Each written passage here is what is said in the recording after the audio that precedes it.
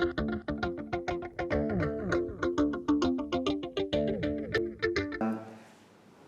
film is really quite odd. It's almost an eco-horror film in many ways, though. We have the Department of Agriculture who've supplied this experimental device. Excuse me, the road to the Madisons, please. Hang on a second, I'll show you.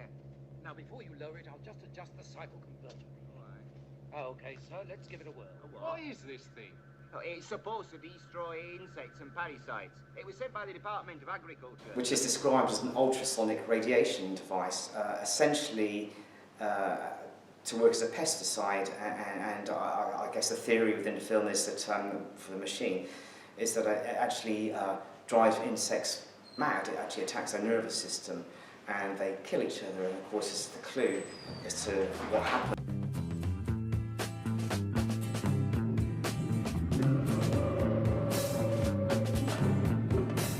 So we have tea shops and little lovely stone cottages, and one can imagine the Penrith tea rooms from Withnell and I, or on the other extreme, perhaps American Werewolf in London, where we have our protagonists visiting the slaughtered lamb.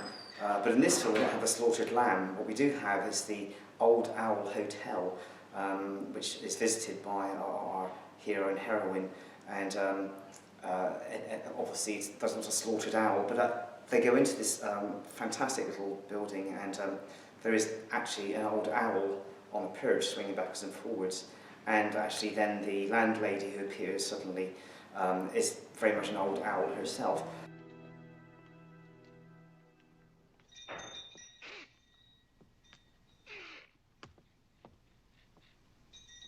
Good morning.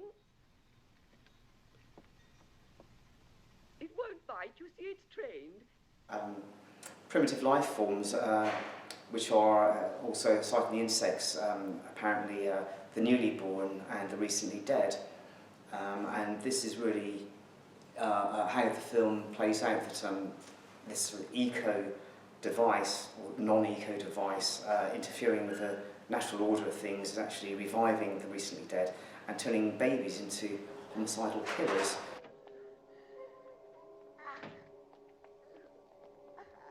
Of course, the other underlying theme in this film is really the youth, shall we say, against the face of authority. The authority here personified mostly by the inspector character, and his very conservative and very aggressive attitude to the people who he characterises as having long hair and faggoty clothing. You're all the same, the lot of you, with your long hair and faggot clothes. Drugs, sex, every sort of filth. We have these two themes, which are the ecological disaster, shall we say, and also this this battle with authority. And it's interesting that the police are thus the sort of almost the evil monsters in this, in many ways, although we have these zombies running around who are obviously lumbering around, killing people.